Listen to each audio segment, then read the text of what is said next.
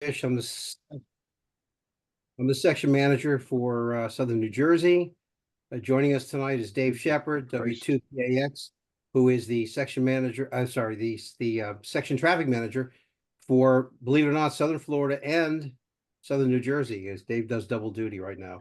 I want to thank everybody for coming and signing up for the class. It's something we're trying. It's new. We want to get some traffic handling going in this section, and Dave is spearhead that. Please mute your mics. So we are recording this session. If you have a problem with recording or don't want to be recorded, then I ask you to leave, and that's not a problem. But we are recording this session. We may end up playing it in the future. We haven't decided what we're going to do with it yet, but we will have it recorded. I want to thank Tom, my predecessor N2XW, who's also on screen, for the use of the Zoom account. Really appreciate it. And Tom wants to sit in on the class anyway and get some briefing on traffic handling. So the purpose of tonight's meeting and next Tuesday's meeting, the two-part session we're having, is really to introduce you guys to traffic handling. I'm not going to get into details of that. Dave is going to talk in depth about that stuff. He's got it all planned out. He's got some great charts for you.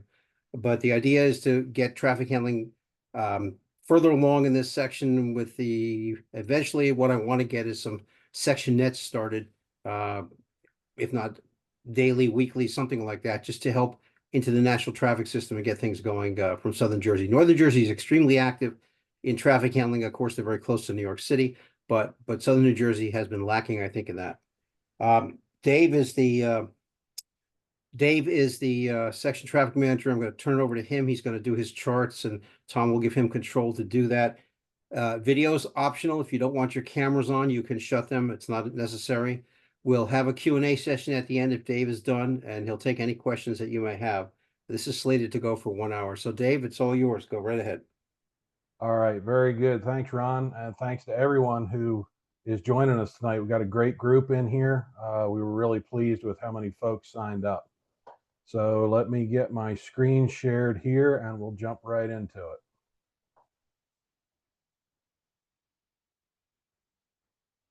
Is everybody seeing that? Yeah, yes. Yes. Okay, very good. All right, welcome to the introduction to traffic handling. As Ron said, this will be a two-part seminar tonight and next Tuesday. I'll just introduce myself again real quick. My name's Dave Shepard, Whiskey 2, Papa Alpha X-Ray.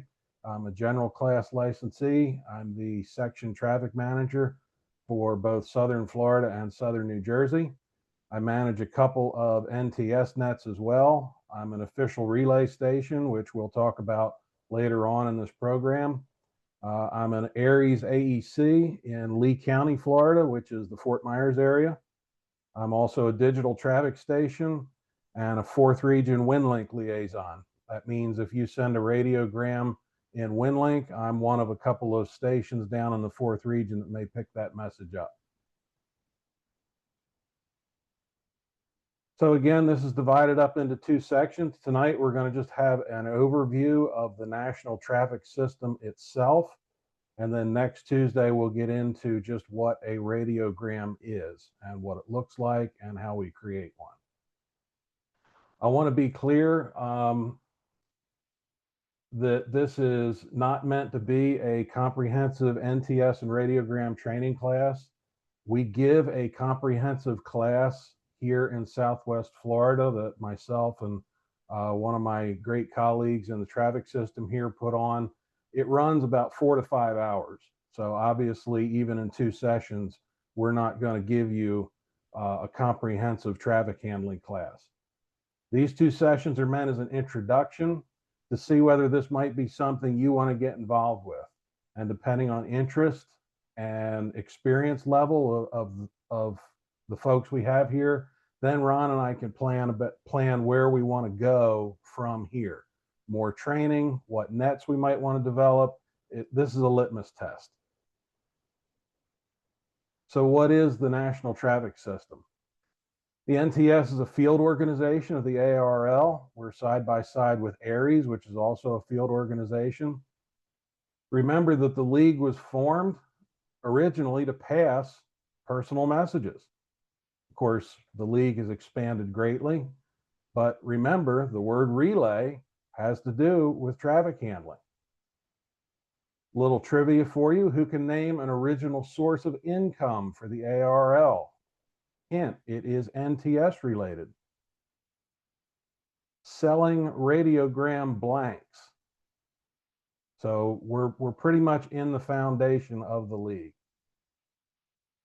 Radiogram messages are in a standard format. They pass from operator to operator and net to net. And we use all modes. We use CW, we use phone, we use VARA and Pactor Digital. And all of those have a place in the NTS. Ultimately, we try and deliver a message to its recipient within 24 to 48 hours. I will admit, depending on what part of the country you're sending a radiogram to, that 24 to 48 hours for a piece of routine traffic might be optimistic, but we do our best to go 24 to 48 hours. A lot of that also has to do with how the nets cycle. Remember, that piece of traffic moves from net to net.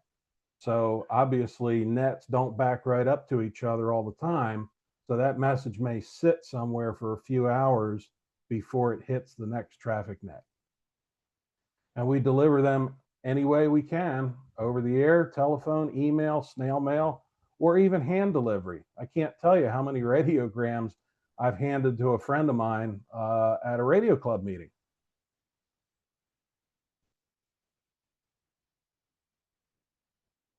We want to think about the national traffic system in a hierarchy. And we talk about traffic nets. Well, there's all kinds of traffic nets and they're all over the place. And I'm going to pull a couple graphics up here for you in just a minute that'll help explain this. But basically, US and Canada, it's divided up into thirds: Eastern, Central, and Western. Sometimes when we talk about NTS areas, you might hear Western referred to as Pacific. That's an old term. It's now Eastern, Central, and Western. The three areas are divided up into regions. And one thing that bears noting is that the traffic regions do not necessarily mimic call sign regions. So remember, and you'll see on the graphic here in a minute, for example, the fourth call district is a good one. I'll show you on the map here in just a minute. And of course, when you get down to the section and the local level, there's lots of nets. The further down the hierarchy you go, the more there is. So here's the map that divides the US and Canada up into the areas. That's the heavy blue lines. You can see at the bottom, Eastern, Central, and this is an older graphic. It still says Pacific. That's now Western. And you can see how they run north and south and divide into basically thirds. The colored areas with the bubbled numbers are the NTS traffic districts. And particularly Region 4, you can see that there are some states that are a 4 call sign that are definitely not in Region 4 for the NTS. Conversely, Region 2 is very much a call sign district. So when you talk about NTS traffic regions, just understand that doesn't necessarily have to do with call signs. So we were talking a second ago about the NTS and a hierarchy. Kind of looks like a funnel upside down. You have all these local nets at the bottom that then funnel traffic into a section net, and then into a region net, and then to an area net, and ultimately possibly into the transcontinental core. We call that the TCC. One thing that's missing on this graphic that probably should be shown is a black line between the area nets. Did somebody go off mute there? All right, I'll keep going. There probably should be a black line connecting the area nets together, especially within the digital traffic network. The areas do connect to each other. They don't necessarily flow through the transcontinental core. So traffic, as you see here, moves up local, section, region, area, and then it comes back down. It goes from area to area, and then it moves back down through that same hierarchy of nets. If we were to start a new South Jersey traffic net, for example, we would be down in the pink box. And we would move our traffic to, given the size of New Jersey, the quote section net would probably be one of the New Jersey nets, which would be the New Jersey phone net or the New Jersey CW net, which would then take traffic to second region and so on and so forth. And again, I know we're throwing a lot of what might be very new information at everybody. Just do your best to absorb it. This slide deck will be available after we complete both of these sessions. So again, one more time, here's the hierarchy: local, section, region, area, possibly TCC. Down at the bottom of this slide, I've put what potentially would be a traffic flow from net to net for southern New Jersey. Currently, the only local net that handles traffic is Jersey Shore Traffic Net, which is the JSARS guys doing a great job over in Ocean County. They're a local net. Their traffic might liaise to the New Jersey phone net. New Jersey phone might take it to second region. Second region would take it to Eastern. And from Eastern, it could go to Central or maybe the Transcontinental Core, depending on where it needed to go. And again, this information will be available in the slide deck once we get through both of these sessions.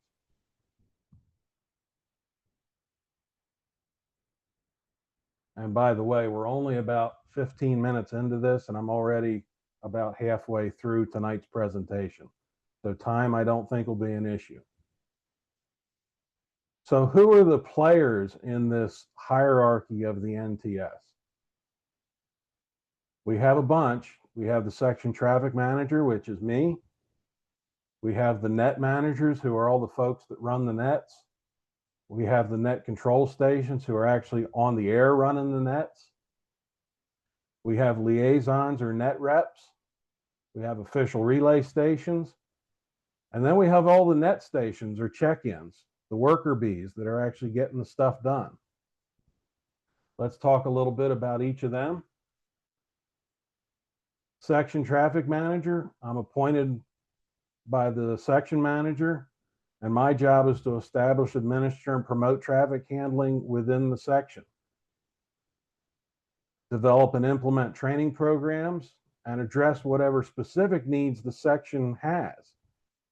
Remember that every section operates differently. No section is going to be the same. So you need to really drill down on what your section needs to operate. And that's part of what we're doing with this program, is we want to see what kind of interest, what kind of experience is out there. And then Ron and I can put our heads together and figure out where we want to go from there. The next one's a really important one. And I've got some extra comments on this next one. Cooperate and coordinate with the section emergency coordinator so that traffic nets and emergency nets in the section work on a unified front. A couple of things. As you've heard already, I'm not in South Jersey anymore. I'm in Southern Florida. I haven't lived in South Jersey in almost 30 years. This right here is why we need to develop a section traffic manager that resides in the section, so that when something happens and the NTS needs to coordinate with ARRL, that person needs to be in the section and present. It's not going to be good if I have to try and do this from 1,000 miles away. So one of the things that Ron and I are trying to do, hopefully in the next 6 to 12 months, is cultivate a good section traffic manager candidate that is present in South Jersey and is physically there. Another comment, for all of you league members, you may have heard of NTS 2.0. which is the group that has been tasked with trying to modernize the national traffic system. One of their primary goals has been to try and bring ARRL and NTS together and enhance that cooperation. So that's why it's important that the STM and the SEC work together very well. My job is also to recommend candidates for net managers and official relay stations to the SM so that he can make those appointments. And my job is also to make sure that all the traffic nets within the section are staffed and operating the way they're supposed to.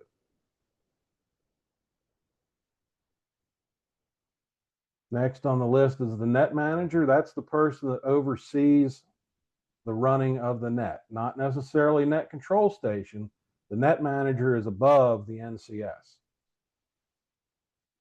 I recommend net manager candidates to the SM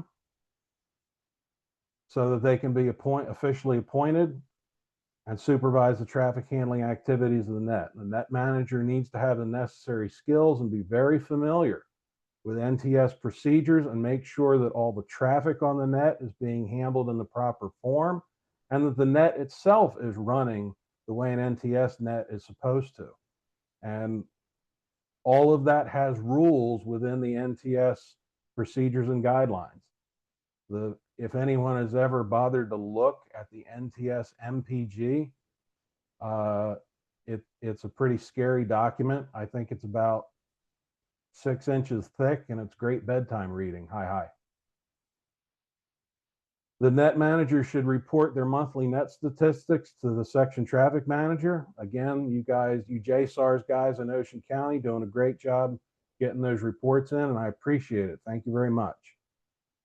Remember, the net manager is an appointed position and it's worth 10 points in category 3 of the public service honor roll. If anyone's not sure what the public service honor roll is, if you do a Google search on those 4 words, the league webpage for the PSHR will be the very first hit you get. I encourage you to check that out.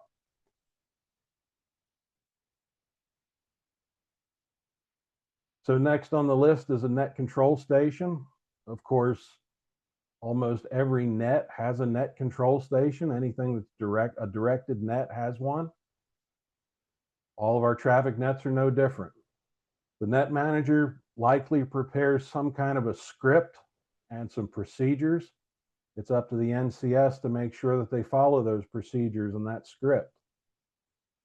They need to direct all the activities and manage the sequence of traffic dispatching. Remember, in an NTS net, there's stations coming to that net that have traffic to pass. Those stations are going to tell net control, I have so many messages and here's where they need to go. It's up to that net control station to efficiently and accurately get that traffic moved where it needs to go. Ask for stations who are in the area where that traffic needs to go and get that traffic passed. They need to be able to adapt to unusual circumstances that might arise, such as missing personnel or liaison stations. We'll talk about them in a second. Or other traffic outlets. Maybe you have a piece of traffic that needs to go to Cape May and there's nobody in Cape May County on your net. So what do? They need to manage their liaison needs. They might need to move to other frequencies or bands or even modes. I was on a traffic net once. I had a piece of traffic I was trying to receive. We were on a phone net, HF phone net. I just could not hear the other station well enough to take the traffic. He actually sent it to me by WinLink. I received it, went back to the phone net and let net control that I had received the message off frequency by another mode. And of course, an NCS needs to be on the lookout for any emergencies. Our local traffic net, way back when I first got involved about 10 years ago, we actually had someone make an emergency call in the middle of our net. And we had to pause the net and handle the emergency. It does happen. It's rare, but it does happen.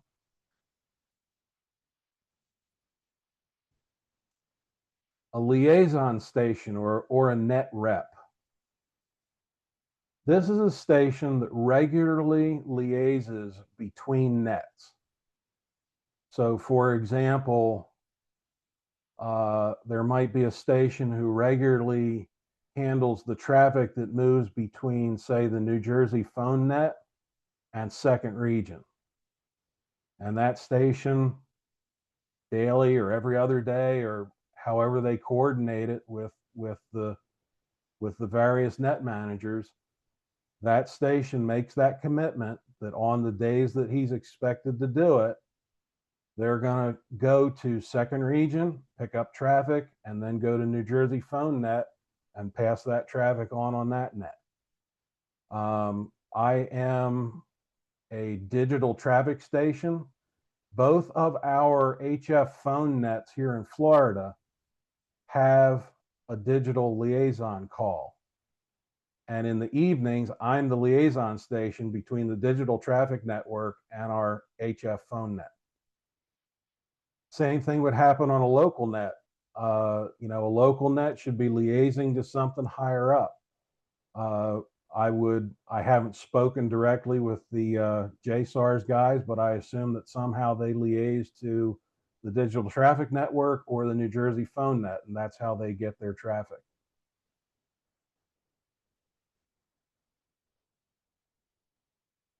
An official relay station. This is a traffic handling appointment by the section manager upon my section traffic manager, my recommendation. An ORS, this is someone who knows traffic handling inside and out. They know the best ways to send a radiogram. They know radiograms inside and out.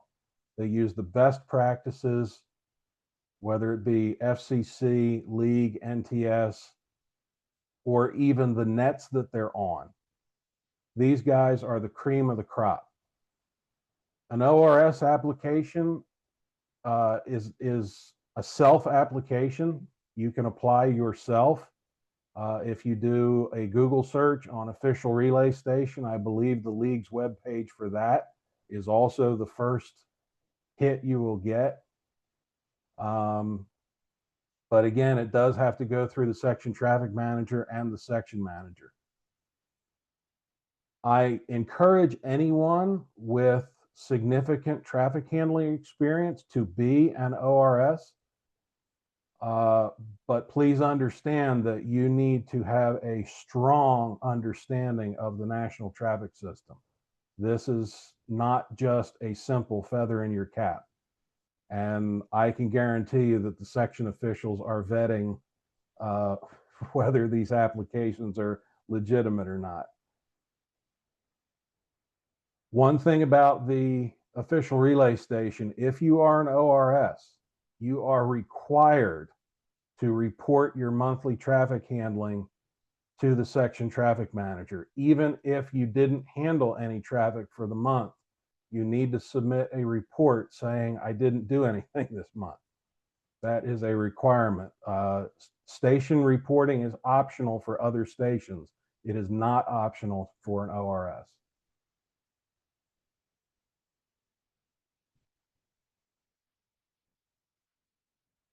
Net stations or check-ins. I think everybody knows what a net check-in is. These are the worker bees. These are the everyday check-ins who hopefully when they check into an NTS net are willing to take traffic. You should be willing to take traffic if you're checking into an NTS net.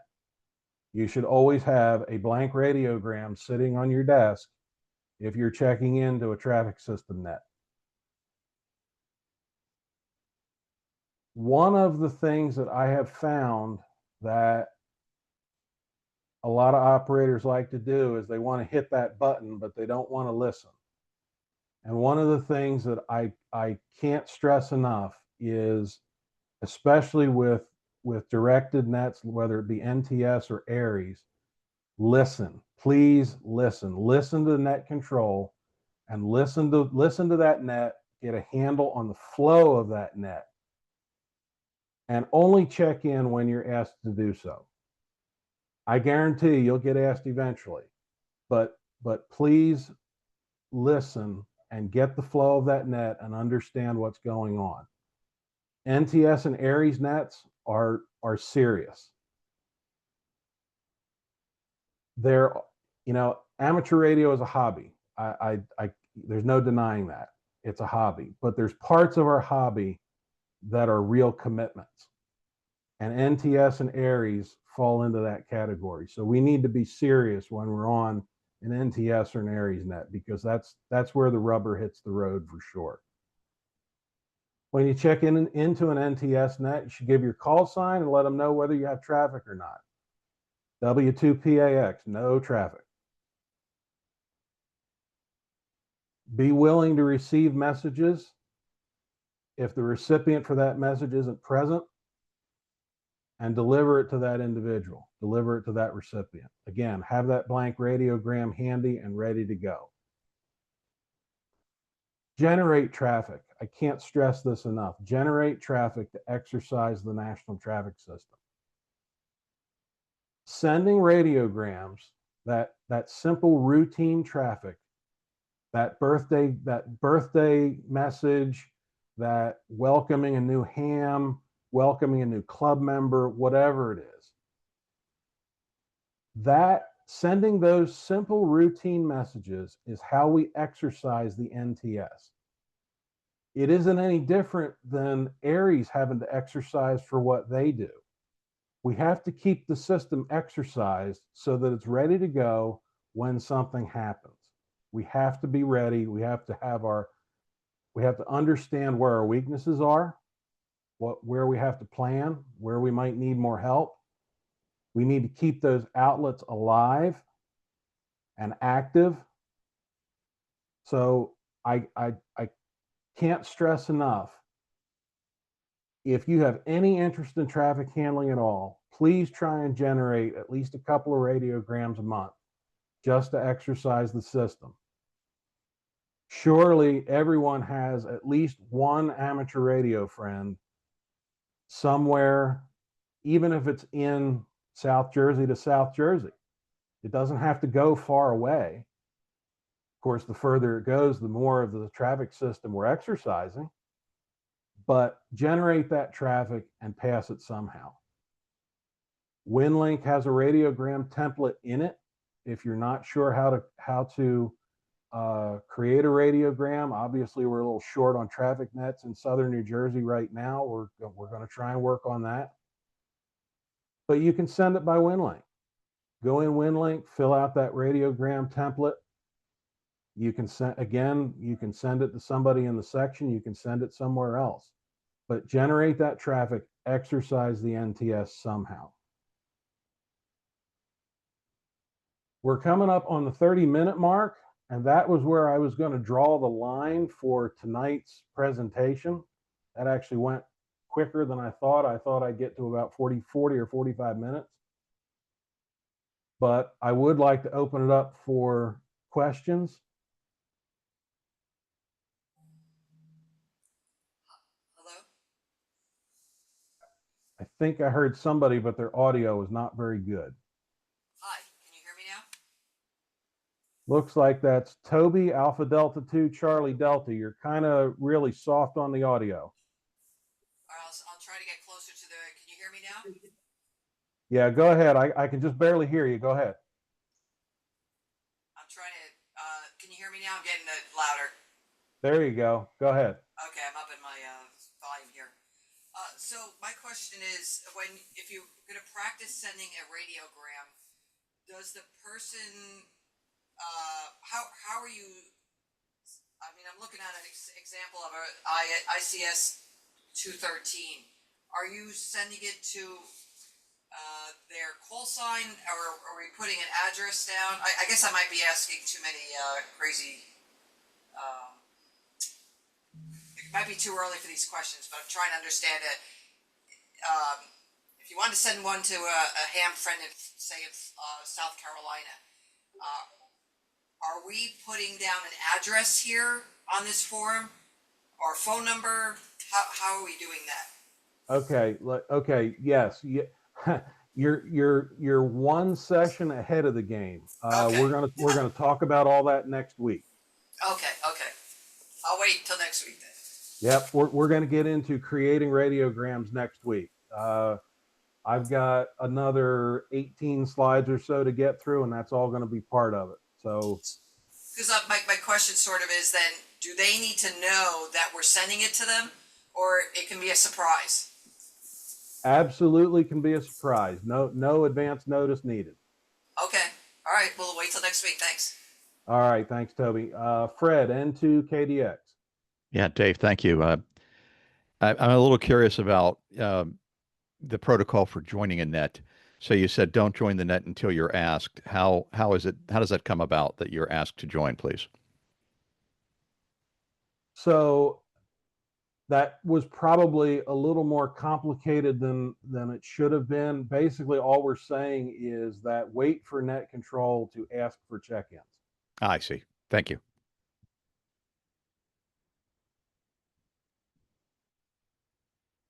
Yeah, Who Dave, else I'd has like to questions? ask a skeptical question, if I may. What does the NTS offer that WinLink does not?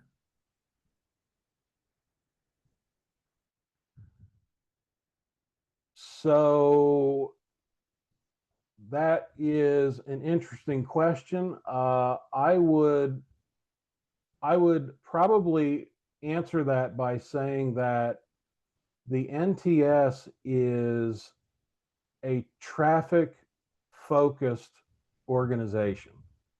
We're focused on only message handling, whereas WinLink, I don't want to say it's message handling per se. It's more tactical, but the other thing is that we have this big toolbox as amateur radio operators. We have this giant toolbox. We have all this different stuff in it. WinLink, the NTS, it's all just tools in the toolbox. The other thing is that remember that the NTS, when you think WinLink are a whole bunch of individual operators, whereas the NTS is nets and groups and geographically strong groups, if you will. And let's not forget that you can send a radiogram via WinLink, so they do work hand in hand. Is that Well, sort of. even And remotely helpful? Well, if I may follow up, I also see RRI forms. How is RRI, the Radio Relay International, I guess is what this related to the national traffic system? Okay, I have to be, I'll use the word diplomatic here. So RRI was born out of some issues within the NTS about a decade ago. Thankfully, as some of you may have seen, NTS and RRI have started to collaborate again. And I think that's great for the traffic handling system in general. RRI saw fit to create their own forms.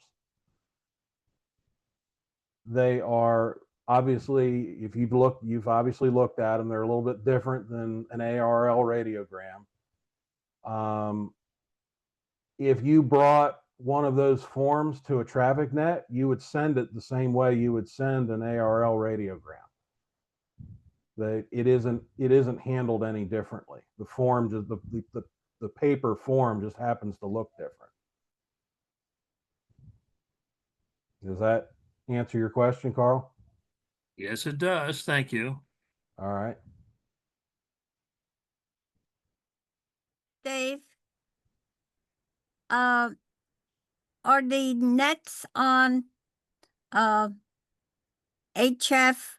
Or are they on the VHF? Where are they mostly? So let's go back to, hang on a second.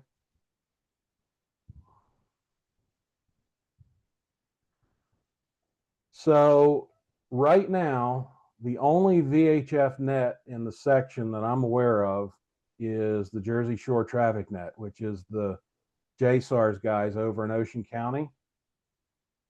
I would like to see that change. I think the section needs at least one, probably two more local level VHF nets. I think VHF nets are important because if for no other reason, it gives technicians an opportunity to join a traffic net. And here in Southern Florida, we have had great experience with bringing newer hams into the NTS because they had VHF traffic net availability. So right now in Southern New Jersey, the only VHF traffic net you have the ability to join that I'm aware of is JSTN. There is the New Jersey phone net, which is on 75 meters. You can see that here, 3950 daily. There is also, I didn't put it on here. There's also a New Jersey CW net, CW traffic net. And the second region, the 2RN net that you see here is a phone net. There's also a CW 2RN net. I posted a message around the 30th of August or so on the Southern New Jersey Groups IO email reflector that had a bunch of net information in it, more than what you see here. If you are on that email reflector, I'd encourage you to go back and check out that email message. And it would have everything in it that's basically pertinent to New Jersey right now. Does that answer your question? Yes, it does. I would have to try to find my VHF radio because I'm on nets, but they're on HF mostly. So Okay. I'd have to get another antenna and everything. Well, you're more than welcome to join New Jersey Phone Net or the New Jersey CW Net. I've talked to participants in both of them, and they're very much open and welcome to getting some South Jersey folks participating in them. So anyone that can get on the HF nets, I encourage you to do that. I will try that. And thank you. All right, you're quite welcome. Let's see. I'm probably not going to pronounce this right. Miss Ale? Yeah, very close. Call signs KE2EBL. Everybody knows me as Mies. I should put that as my name. I think you answered the question. I was going to ask it in a different form. I was going to ask, what is the minimum license class to become a traffic flow participant? And I believe you're saying that you are trying to get more 2 meter, 70 centimeter traffic nets established in South Jersey so that technician class can actually join in and operate accordingly. Is that correct? I absolutely. I can't stress enough how much I want to try and get some local level nets going and get the technician class operators involved. Not only is it important to get them involved simply for the NTS factor, but there's plenty of ARRL folks that are probably newer members or newer licensees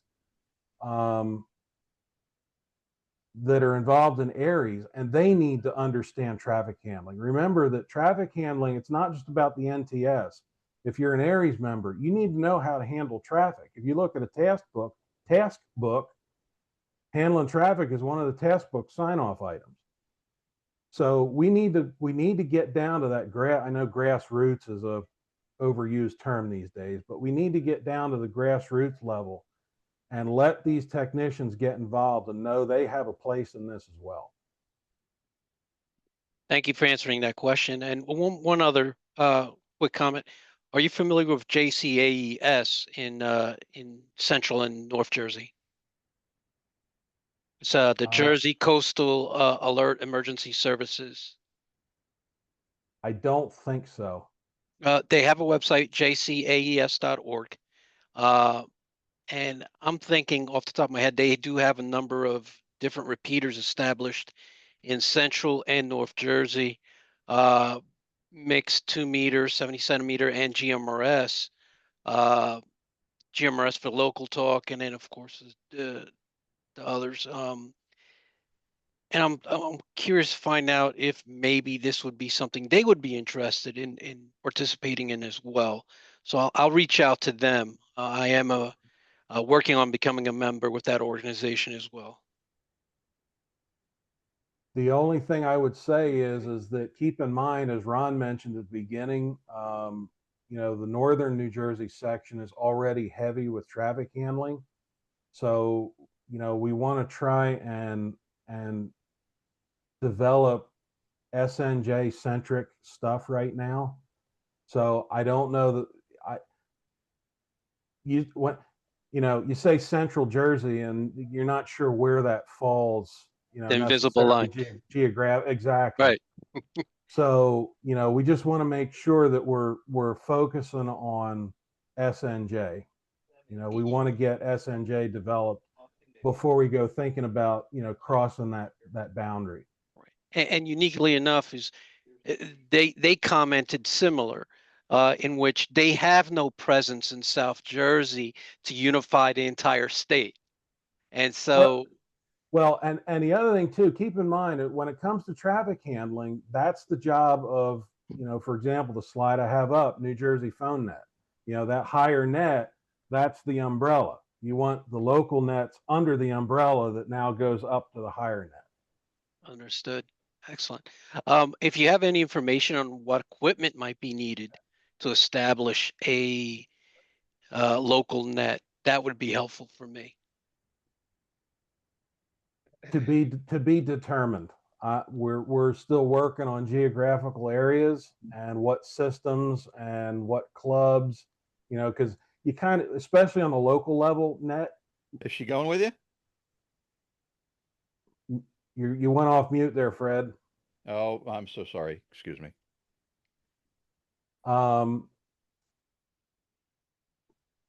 We need to figure out who would sponsor, if you will, a local level net.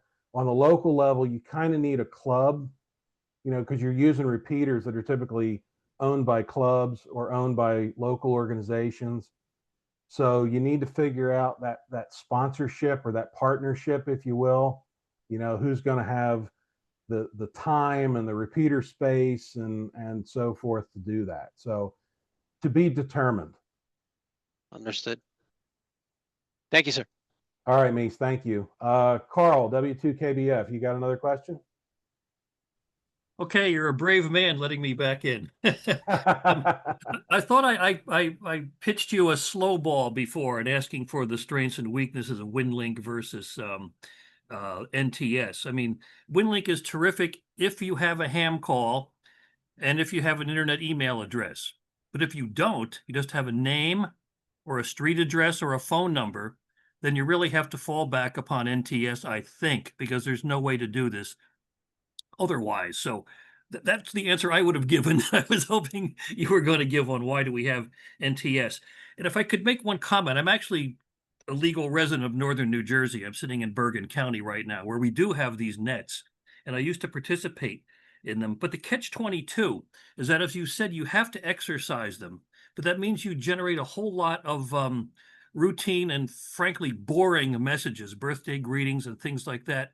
And that can be a big turnoff to a lot of people. You know, if you only handle so many birthday greetings before you say, who needs this crap? So I don't have an answer to this between, you know, you got to, it's a catch-22. You need to exercise, and almost all messages are going to be routine and boring. And I don't have the answer, but I'm presenting it as a problem. So I won't I won't deny the fact that there are traffic handlers who think that's a quote problem. My position has always been that as a traffic handler, it's not up to us to take a position on that message. I don't ever think of those messages as boring. I like handling traffic, so I handle it. If people find that boring, then maybe they shouldn't be traffic handlers. I go through that here as well, and I never understood why we take opinions on traffic. We're not supposed to do that.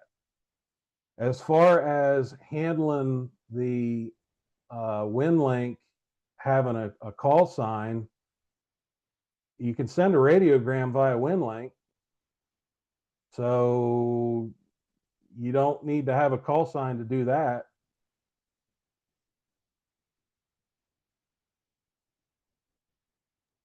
No, right. I mean, the recipient has to have a call sign or an internet email address for WinLink to work.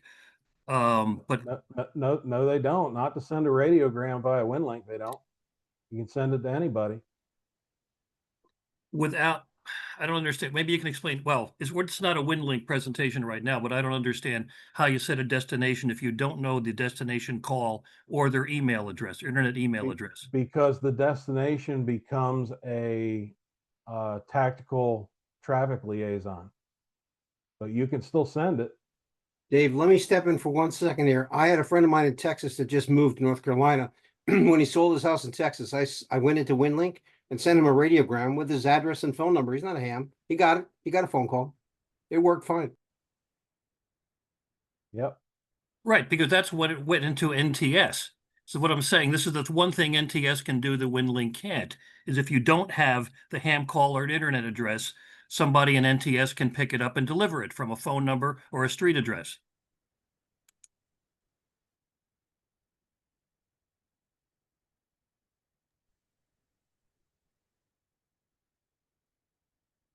Anybody else have any questions?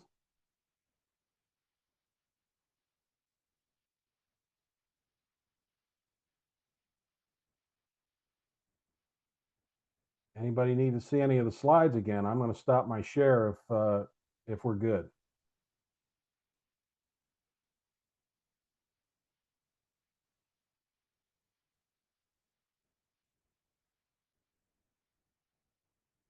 Ron, I think we've come to the end. That's not too bad, about 48 minutes. I thought it would go an hour plus, Dave, seriously. No other questions?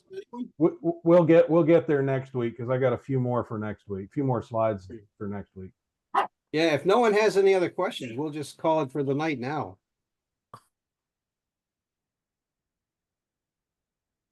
Okay, I Well, want to thank you, Dave. I appreciate your giving the talk. Thank you for Thanks the to everyone. presentation. Thanks to everyone who joined. We'll see you next week. All right, Thank Dave. you.